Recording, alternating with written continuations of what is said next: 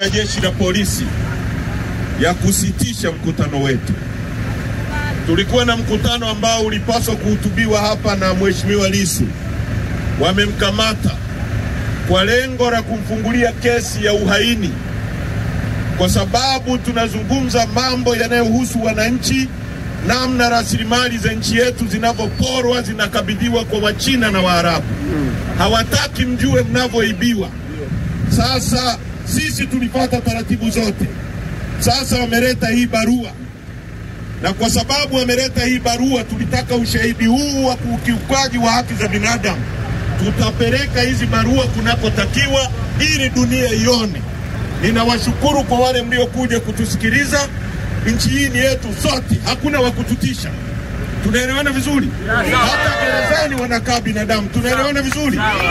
Kwa hiyo maadamu wameleta barua hii, tumesikiliza na tunaenda kushauriana na viongozi namna ya kuendea jambo hili. Lakini tunalaani na tunataka mwenyekiti wetu aachiwe mara moja kutoka walikomshikilia, kwa sababu kesi hiyo ni ya uongo, na hatutapiga magoti kwa polisi wala kwa yoyote kwa sababu ya vitisho vyao. Mapambano yanaendelea.